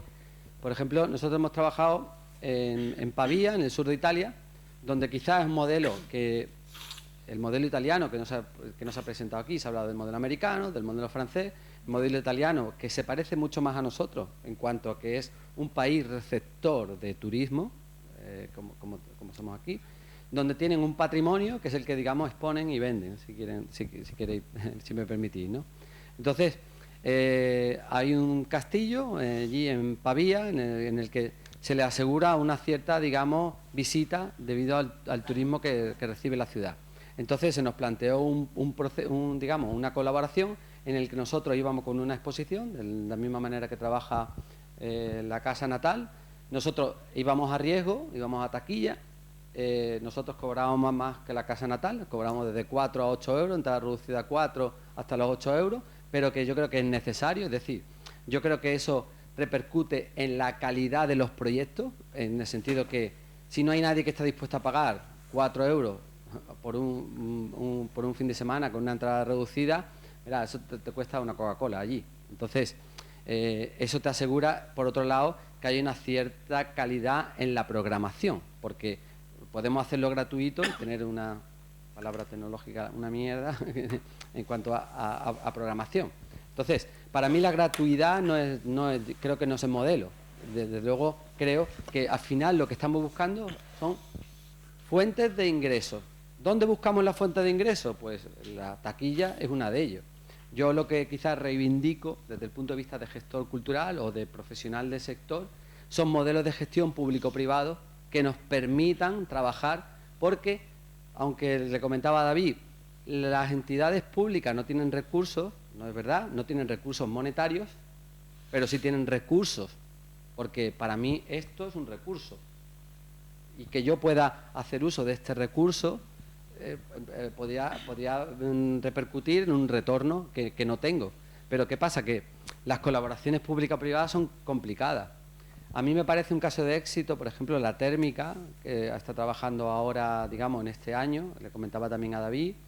Ellos han hecho una convocatoria abierta de gestores y hay como 100 gestores culturales implicados. Es verdad que han apretado, yo soy uno de ellos, es decir, han apretado hasta donde podían y más para estrujar su presupuesto, pero me parece que ha sido un caso de éxito en cuanto a que esos 100 gestores culturales pueden atraer a otras 100 personas y 100% son 10.000 personas involucradas en un único proyecto. Y eso es trabajar en red, son trabajos, digamos, colaborativos. Y entiendo que deben ser los modelos de gestión hacia donde debemos ir. Entonces, en cuanto a, digamos, necesidades de cara a la administración pública, desde mi punto de vista, reivindico una mayor colaboración público-privada, nuevos modelos de gestión abiertos y no cerrados. Particularmente, creo que de Málaga, por ejemplo, se habla mucho de la gran ebullición que está teniendo, digamos, en el ámbito artístico y es una auténtica realidad, pero no hay una permeabilidad ahora mismo entre las inversiones que realizan, macroinversiones que se realizan arriba en las instituciones, hacia esa capa de gestores o artistas que están trabajando y que necesitan también, pues, como decíamos antes, vivir y trabajar. Bueno, no sé qué opináis. Yo me comprometo, Isabel, que te he visto venir. No, terminando por el final, porque ha sido muy larga tu intervención, Cecilio. Detecto cierta contradicción, ¿vale?, en tu final. Por un lado, estás diciendo que se tienen que crear espacios y que los gestores y que el escenario, y luego quieres que las inversiones permeabilicen directamente, es decir, que has hablado de una dependencia excesiva de la cultura, de las subvenciones, por ponerlo en Román Paladino, que nos has nombrado una cosa, y ahora nos estás pidiendo que las instituciones públicas subvencionemos al final. Creo que las propias de las...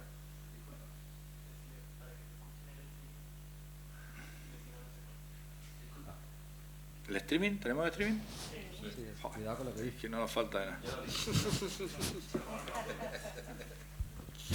Disculpa. Digamos, la dependencia existe sí o sí, ¿verdad? No digo que o sea, no es que sea ni grande ni pequeña, sino que verdaderamente la mayoría de los presupuestos dedicados o que llegan a las instituciones culturales vienen de la administración pública, ¿no? O sea, lo único que, digamos, en mi caso creo que esa permeabilización exista.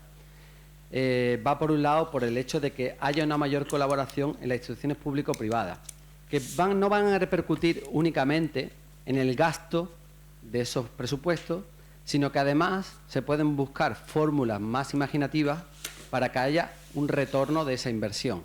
De hecho, el planteamiento de pasar, de que haya, digamos, una entrada no gratuita, por ejemplo, en la casa natal, o el modelo que planteas de que la propia casa natal itinere exposiciones, son dos modelos nuevos que normalmente, digamos que has introducido en tu modelo de gestión y que favorecen la no dependencia de los presupuestos del ayuntamiento. No, ese modelo además no lo he introducido en Málaga, eso hay que hacer de la necesidad virtud, y eso lo hice, que ya conté mi experiencia inicial en Marbella. No, pero claro que lo hay. Lo que pasa es que si queremos que la gente, lo que tenemos que, a ver cómo lo digo, y rápido para no perdonarme, lo que tenemos que empezar ya es a pensar en que tenemos una demanda y las instituciones tienen que trabajar y cultivar esa demanda. Es lo que decía antes yo al principio de mi intervención, es la cultura, estúpido.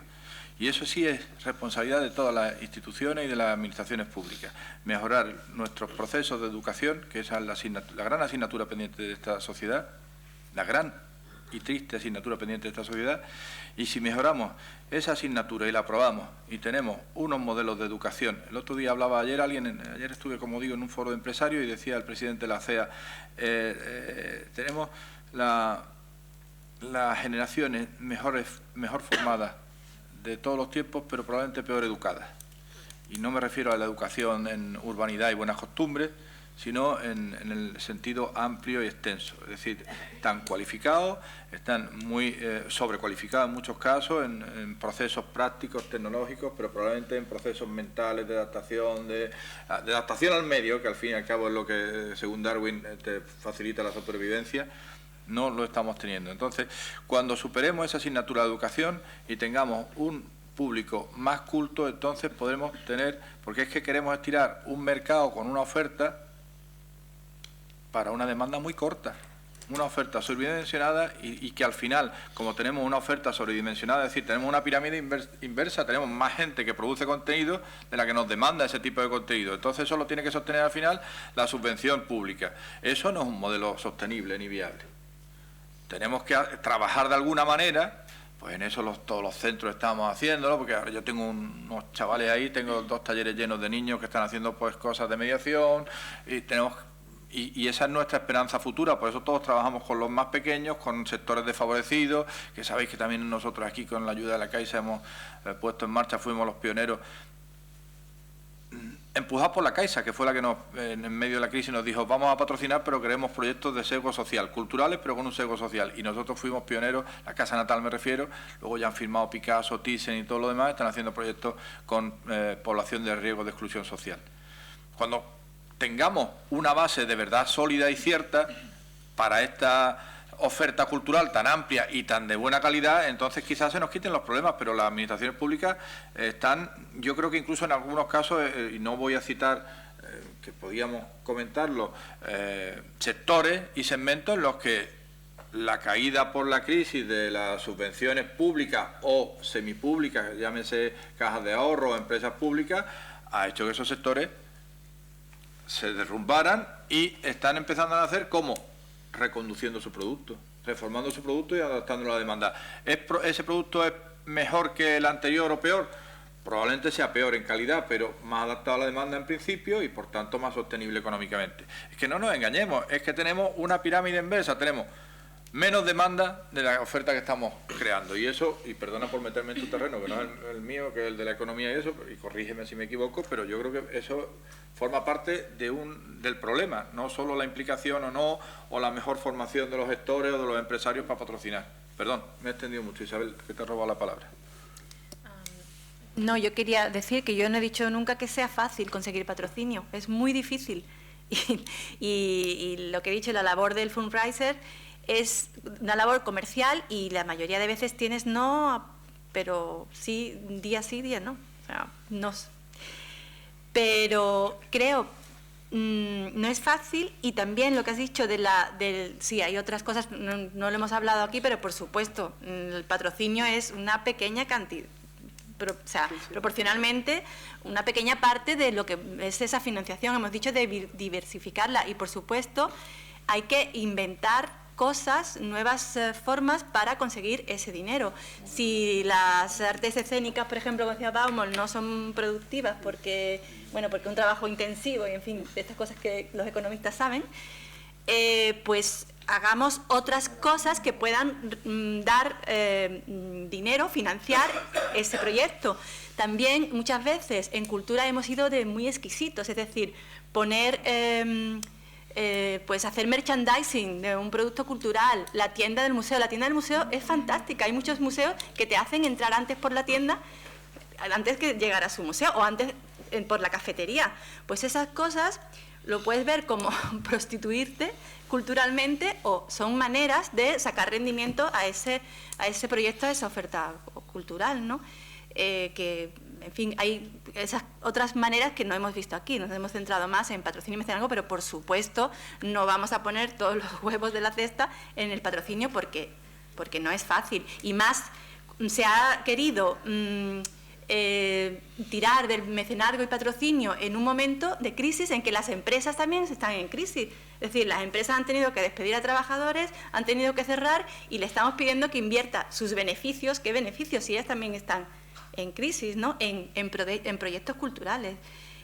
También la educación esta que decíais, por supuesto, el Estado, ya lo decían también los economistas, uno de los argumentos a favor de la intervención del Estado era que el Estado tenía que encargarse de educar en edades tempranas a los futuros públicos y a los futuros artistas profesionales de la gestión cultural. Nosotros como técnicos en la agencia, que colaboramos también en otros proyectos, que bueno, la mayoría de veces colaboramos en proyectos y actividades que hacen otros y nosotros vamos allí y hacemos una actividad. Esa es nuestra manera de colaborar. Lo que has dicho de la administración, que tiene que cambiar, por supuesto, cuando hablamos de innovar y le pedimos al sector privado, que antes lo hablábamos tomando el café, le pedimos al sector privado que innove y que haga cosas, pues busque patrocinios y haga cosas diferentes para poder tener esa sostenibilidad de sus proyectos, la administración también tiene que aplicarse el cuento y hacerlo. Y innovar de otra manera, pues para intentar también conseguir financiación sin hacer competencia desleal y también promover y difundir, pues a lo mejor métodos que tiene ella que por ser más grande, por tener un dinero ya de presupuesto para dedicarlo a eso, compartirlo con los demás también, ¿no? Para que los demás también puedan utilizarlos y aprender, ¿no? Me refería que esa educación también hay que aplicarla a los nuevos patrocinadores. Yo vengo aquí a hablar de mi libro, pero nosotros cuando participamos por ejemplo, hace poco, en septiembre, participamos en una feria de arte emergente que se hizo en Sevilla. La hicieron el sector profesional de artes plásticas. Nosotros nos pidieron colaboración, efectivamente no hay recursos económicos, pero hay otros tipos de recursos. Nosotros hacemos networking, que tenemos los contactos del sector, conocemos los sectores porque la agencia, que es donde trabajo, lleva muchos años trabajando con el sector, pues esos contactos, esos recursos, positivizarlos, optimizarlos, quiero decir, también es una forma de apoyo, ¿no?, al sector. No es subvención económica, pero hay otros recursos, ¿no? Y me refiero que en esas actividades que colaboramos, al final te sientes tan implicado que los primeros mecenas somos nosotros, que ahí ya termina nuestro trabajo como técnico, pero los primeros que compramos obras somos nosotros. La importancia de educar también a la gente a que puedes colaborar en la cultura de esa manera, ¿no? Con tu granito de arena, pues comprando una obra de un nuevo artista que no lo conoce nadie o participando en un crowdfunding, ¿no? Me refiero que la implicación y la participación esa también es importante y que también lo podemos hacer desde la administración, por supuesto. Mariano Sánchez Pantoja tiene la palabra y finaliza Álvaro. ¿No? ¿Ya no lo quiere? Para finalizar, para cerrar, ¿no?, el turno de preguntas. Sí. Bueno, en primer lugar, pues... Síntesis, Mariano, síntesis. Digo, todo el mundo aquí habla lo que le da la gana, me va a pedir a mí síntesis. No, la confianza da asco, Mariano, la confianza. Yo soy como los curas, cuando ven delante una novena se hinchan y aburren a los borregos. No, voy a ser muy breve. Y además, la verdad que estoy más a gusto de haber venido. Casi no podía venir, pero he hecho un pequeñito esfuerzo y he venido. Estoy contento de me encontrar con viejos amigos y amigas, ¿eh? Y también un compañero de trabajo que no sabía que iban a venir, que sabía que Antonio iba a moderar. Me ha gustado mucho cómo nos ha llevado David de la mano, ¿no?, en ese proceloso mundo de todo lo que él ha contado, ¿no?, por lo civil. Y por lo penal me ha gustado mucho la intervención de José María cuando nos ha contado por lo penal, o sea, todo lo que ha penado y lo que ha conseguido, cuando ya nos cuenta la realidad del diario, que no llega a fin de mes, que no puede pagar la nómina de la luz, ¿no? Y también me ha impactado mucho una frase con la que casi David abría su intervención, que decía que los presupuestos que teníamos antes nunca jamás volveremos a tenerlo, ¿no? Y yo pienso que ahí está uno de los caballos de batalla que hay que poner encima de la mesa, ¿no? Subiendo a la pausa café, comentaba con Antonio y con algunos más, estaba haciendo aquí la reflexión, digo, joder, yo antes de trabajar en la agencia, que llevo ya 17 o 18 años en ella, estaba en la otra parte del mostrador, ¿no? Y recuerdo que hace como 20 años, pues todas las compañías de teatro de Andalucía nos plantamos en Sevilla, nos encerramos allí en La Imperdible y se amenazó, después de un proceso 1000 veces roto de negociación con la Consejería de Cultura, y se le amenazó de una serie, ya en serio, ¿no? Y digo, Antonio, yo es que en estos 20 y tantos años jamás he vuelto a ver al sector tal como se puso en aquella ocasión, ¿no? Y en cierta manera somos responsables y culpables, tanto el sector privado como la parte mínima que nos toque, no el sector público, pero especialmente los políticos, y no quiero echar las culpas a los políticos de esto, ellos también tienen sus más y sus menos y sus penas, de aceptar esa palabra. O sea, aceptar esa frase es aceptar pues que la cultura no tiene por qué ser pública, y aceptar que de pronto venga un intervencionismo, que empecemos a externalizar una cosa y otra cosa y otra cosa, y a externalizar este festival, y a externalizar aquel programa, y a externalizar un programa de teatro escolar, y a externalizar los teatros, y a externalizarlo todo. Yo me resisto como gato panza arriba. Yo me creo que la sanidad... Y a venderle Alhambra. No, la Alhambra no la van a vender nunca. Bueno, seguro que no la venden. Yo me resisto porque creo que la cultura tiene que salir básicamente de los impuestos de los ciudadanos, como la sanidad y como la educación y como las carreteras, ¿eh? Entonces, hasta hace un rato había una frase ahí de Víctor Hugo muy elocuente, ¿no?, que decía: un recorte en cultura, financieramente es insignificante, y es nocivo a unos niveles tremendos, ¿no? Pero es que eso es verdad, y eso que decía Víctor Hugo, todos hemos sido Víctor Hugo, ¿no? Siempre decíamos cuando en el 92 la fiebre de las autopistas, ¿no? Nadie se acuerda, porque claro, algunos son muy jóvenes, ¿no?, pero que hubo un 93 y casi un 94, que aquello fue un barbecho, ahí no se movía nada porque todo se había gastado, ¿no? Y así ha habido ya microcrisis en cultura. Yo creo que las consejerías de cultura ya están blindadas contra las crisis, porque yo llevo en esto 30 años, y esto de la crisis, yo creo que siempre, a veces he dicho que lo inventó Pericles en la Grecia clásica, y por aquí vamos, ¿no? Yo creo que el problema es que hace falta que los políticos creen un estado de que ellos también luchan por los presupuestos de la cultura. Y pongo un ejemplo muy cercano, porque es Málaga, ¿no? Lo de Málaga se comenta, ¿no? Se comenta. Yo estuve en Fitur, atendiendo una actividad que me correspondía hacer ahí en Fitur, de cultura precisamente, y claro, vi cómo se las componía Málaga allí, cómo se presentaba Málaga ante los miles de visitantes y de gestores y de agentes turísticos, y daba envidia, sinceramente daba envidia, ¿eh? Yo también salí tremendamente reconfortado, tengo que decirlo, porque el programa que coordino en Granada, aparte del Teatro Alhambra, el programa Lorca y Granada, Los Jardines de la Generalife, por fin se presentó por el consejero de Turismo y por la consejera de Cultura a la Limón. Para mí eso fue tocar el cielo, sinceramente, después de tantos años, ¿no?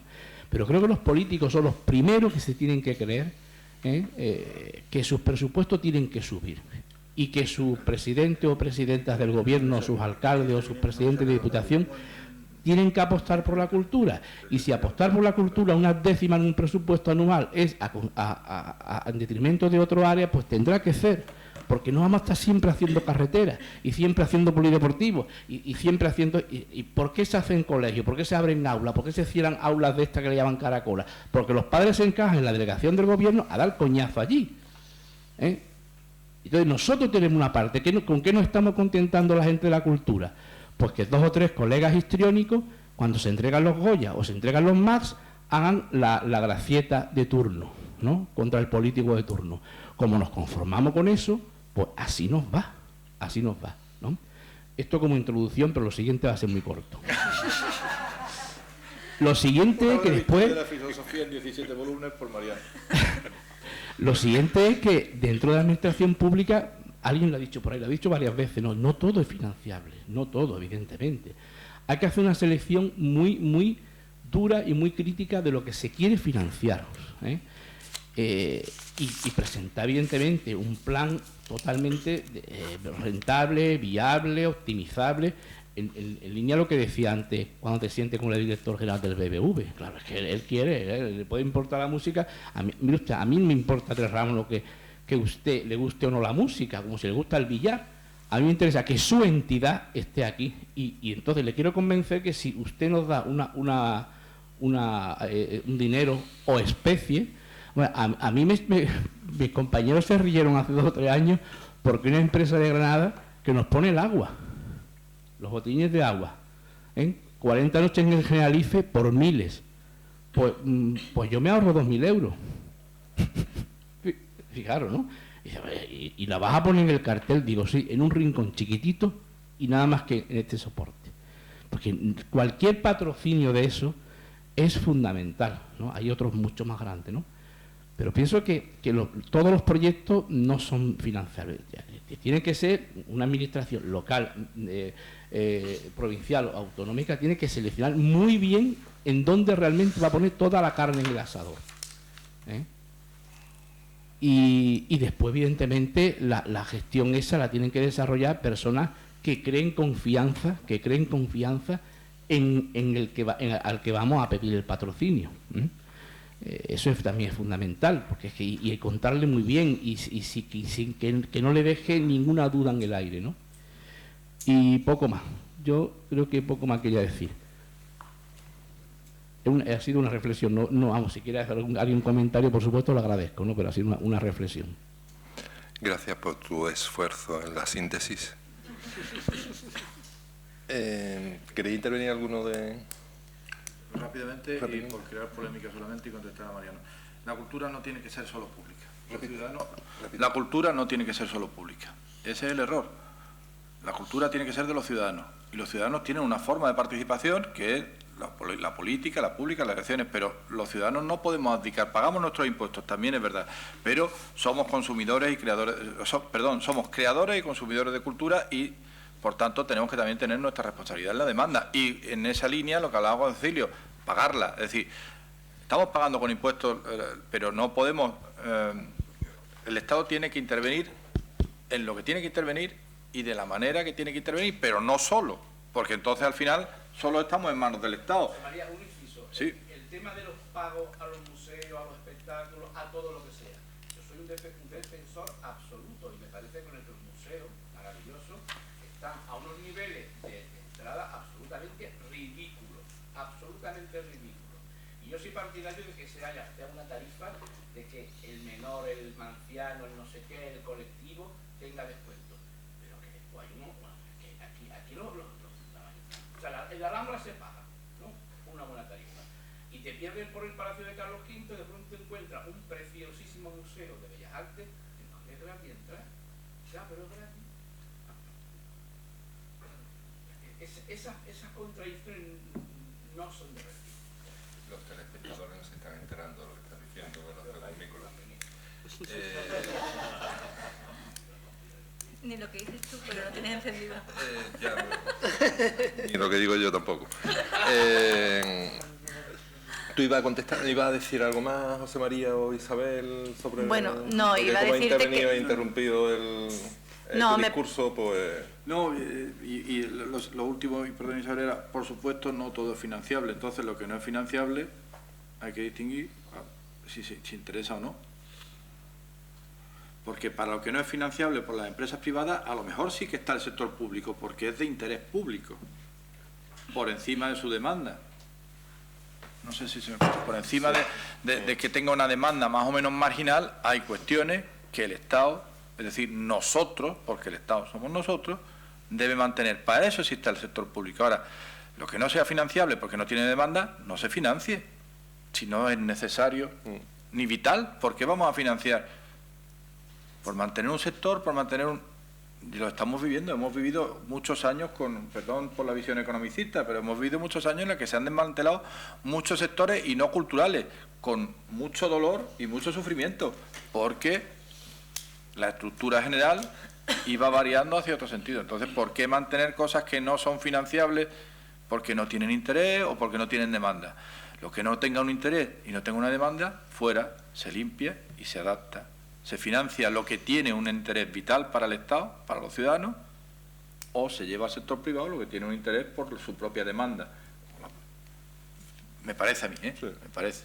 Yo coincido contigo en eso. Yo veo la cultura como un plan urbanístico donde hay partes que son perfectamente rentables y hay doñanas que hay que proteger. Mira, o Alhambra. Sí, Alhambra, pero era por no salirme del ejemplo urbanístico. Isabel, quería intervenir. Bueno, solo quería decir pues que propio de mí. brevemente, vamos, que tampoco era, que efectivamente el Estado tiene que seguir subvencionando la cultura, por supuesto, como bien cultural, que decía, es un bien de mérito que es incuestionable. Lo que sí que tiene que replantearse, pues optimizar esos recursos, ¿no? Como decíais, hay algunos que son imprescindibles que lo apoye el Estado, porque si no, no va a haber demanda, y que bueno, hay que también crear esa oferta, ¿no? Por ejemplo, yo la música, la danza contemporánea, no la conocía, de ir al Central, que tiene una programación fantástica de danza contemporánea, me he hecho aficionada a la danza contemporánea. Pues gracias a que la Administración puede invertir en danza contemporánea, algunos privilegiados podemos ir a verla al Central y no tenemos que ir a Bélgica. Cosas que se hacen aquí, en eso estoy de acuerdo, ¿no? Y los pequeños patrocinadores, me parece fantástico que ese señor te ponga en las aguas y tú le pongas ahí su notoriedad, porque además estás educándolo en el patrocinio, ¿no? En el 2008, que buscamos patrocinios para el programa Lorca y Granada en los jardines del Generalife, pedimos patrocinios a Cosentino, que entonces había sucursal allí en Granada, y nos dijo que no, que él estaba en otros temas y que él solo patrocinaba diseño. Donde yo trabajaba antes en el pabellón Mies van der Rohe, hubiera ido fantástico, porque seguramente le hubiera encantado a unir su marca al pabellón. Sin embargo, años después, que hemos estado hablando con Diego Martínez, que es el director del Festival Internacional de Música y Danza de Granada, que está haciendo una labor fantástica de educación en patrocinio con las empresas, él sí también me confesó que la primera vez que fue a Cosentino le dijo lo mismo que a mí. Y ha conseguido que Cosentino patrocine el festival. Él ha sabido captar, o sea, darle lo que ese señor quería. Quiero decir que con esa labor que tú haces del señor que te está patrocinando el agua, es una labor también muy importante de educación de las pequeñas empresas que le estás diciendo, oye, tú puedes participar en este festival, tú puedes implicarte en esto, con una pequeña cantidad te puedes dar visibilidad y puedes estar ahí, ¿no? Y es muy importante la labor esa, la labor que hace el festival, aunque digas, bueno, pero es que claro, los patrocinadores que tienen ellos nunca los voy a tener yo, pero es que está haciendo una labor necesaria, que es cuando tú vayas a ese señor a pedirle dinero, sepa de qué estamos hablando. Bueno, no sé, es lo último que quería decir. Álvaro. Bueno, ante todo, dar las gracias a David por la intervención primera, Isabel, José María y Antonio, muchísimas gracias por vuestra colaboración. Esto lo digo desde el punto de vista institucional, ahora voy a hablar desde el punto de vista profesional, sin ninguna relación con GECA, ¿eh? Financiar la cultura es una cosa que yo estoy totalmente de acuerdo con todo el planteamiento de José María, es una cuestión de público. O sea, o generamos una construcción de público que consuma cultura, no que mendigue la cultura, que bajo mi punto de vista personal, crowdfunding no es más que una forma de mendigar un poquito de dinerito a ver si consigo hacer mi proyectito. Yo prefiero que se construya un sistema de consumo cultural, oye, que la gente se acostumbre a entender que esto es una profesión con profesionales que se forman y que hay que pagar. Otra cosa es que hay que pagar más o menos en base a lo que la administración pública te pueda cofinanciar de una actividad, de un proyecto. Pero está claro que si no nos planteamos construir públicos, vamos a seguir siendo dependientes de o un modelo francés, o un modelo italiano, o un modelo el que sea, ¿no?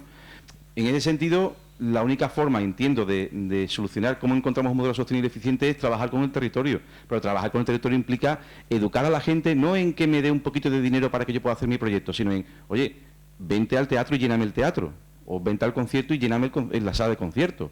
No me pagues para que yo pueda hacer mi proyecto y después, cuando lo monto, el teatro sigue vacío.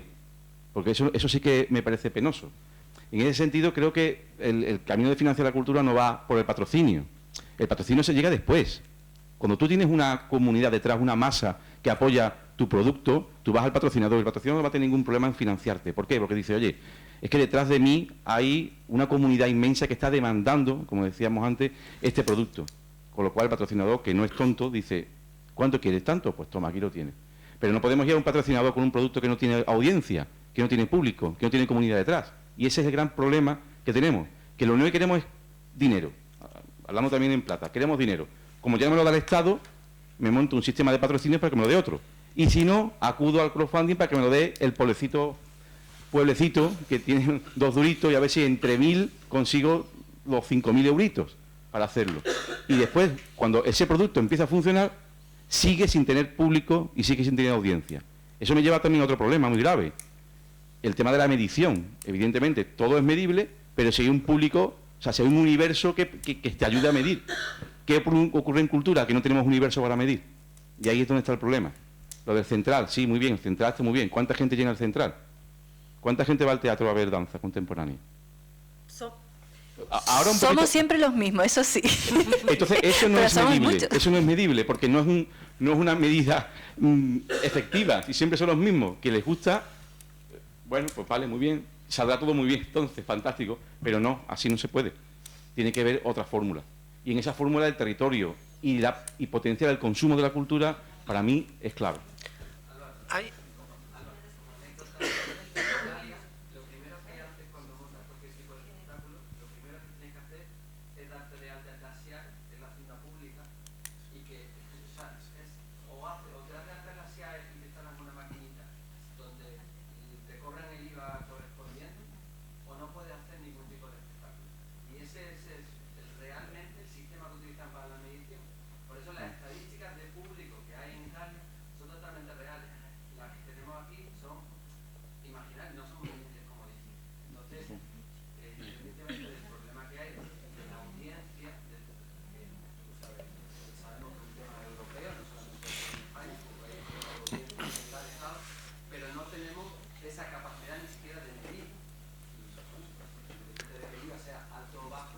Ni nada más que no quiero meter demasiado el dedo en la llaga, pero no hay nada más que estudiar las estadísticas de los museos en Andalucía para saber que, bueno, una cosa es la estadística, otra cosa es la realidad. Muchas veces no coincide. Curiosamente, y deberían coincidir, pero no coincide. No están, en todo caso, bien medidas. Exactamente, no están bien medidas. Pero... Hay la importancia de medir bien. Exactamente. Al hilo de todo esto, pero es que... aprovechando que tengo el micro encendido, aprovechando las dos últimas cosas que digo hoy, salvo el agradecimiento, que será lo último que diga. Y no son mías, son de 2 profesores, una Victoria Teca, una profe de economía. Pues ella insiste mucho en la acumulación del capital cultural, cómo somos propensos a ser mayores consumidores de cultura cuanta más cultura vamos consumiendo. Luego las estadísticas no están bien hechas en ese sentido. Y la última cuestión de otro profesor de economía, de Pau Russell en este caso, que muchos lo conoceréis seguramente, de la Universidad de Valencia, de Economía Aplicada, si no me equivoco, da igual. Una cita que se la he escuchado yo varias veces en varios sitios. Las políticas culturales, al hilo de esto, de si tenemos que financiar la cultura, todo el mundo cree que sí, pero ¿hasta dónde? Pero son tremendamente injustas, ineficientes e ineficaces en España en los últimos 40 años. Así es como define este profesor las políticas culturales. Porque se gasta dinero, pero no se consideran los réditos que se pretenden conseguir. ¿Qué dinero hay? El problema es dónde va ese dinero, para qué va ese dinero y qué conseguimos con ese dinero público. Y más aún, algo que nos parece dinero privado, pues a lo mejor, algo que no nos parece una intervención pública directamente del Estado, pues hay demandas, hay manifestaciones culturales que no son especialmente demandadas o que sí funcionan en el mercado. No va a llegar el Estado a meterse en el mercado para... El Estado se mete en el comercio de patatas y el comercio de patatas funciona porque hay demanda de patatas. Si el IVA de las patatas es un IVA reducido, el Estado está interviniendo en el mercado de patatas porque las patatas son importantes, porque las patatas es lo que nos comen. Perdona, David, en el caso cultural del cine está claro, la Isla Mínima es una película financiada desde el punto de vista público y privado. Y no hay ningún problema, nadie se plantea, es que esa es la nueva fórmula y no podemos vivir ajenos a esa fórmula ya. Pero vete a Canal Sur a que te eche una mano para un programa. Si vas bien, si vas generando un modelo mixto de financiación, que así es como Canal Sur financia, si no dice, y el otro 70% ¿quién me lo pone? Dice, no, tú, dice, no, yo no, yo te pongo el 30%. pero consígueme primero otros 70. Así sí se consigue. Vamos, trabajo en ese sector.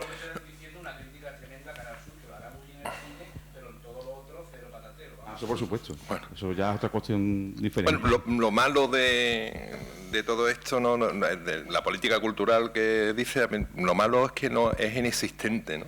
La política cultural, porque lo que sí existe es el partidismo cultural, que es cuando empezamos a hablar de que una actividad con 25 personas es un éxito o puede ser un gran fracaso. Cuando una actividad que se cobra 2 o 3 euros por la cantidad que se ponga, que es insignificante, puede ser una barbaridad o una cosa muy normal, ¿no? O sea, yo creo que el gran defecto de nuestro mundo, de nuestra profesión y tal, es que es excesivo partidismo que no es política. Es una forma de decir, yo tengo que demostrar que José María, porque está en el lado contrario del donde yo estoy, lo hace mal, lo está haciendo mal, porque partidariamente me interesa a mí, no me interesa decir que lo está haciendo bien, ¿no? Y eso está muy influenciado dentro de nuestra profesión. Y yo creo que es una parte importante de que hay que exterminar de ahí para que haya una verdadera política transversal, cultural, y esto que nos planteamos en periodos de 4 años, se lo plantea un partido político o el político de turno, esto no puede ser en periodos tan cortos, esto es una carrera, esto es una maratón, no es una carrera de velocidad, ¿no?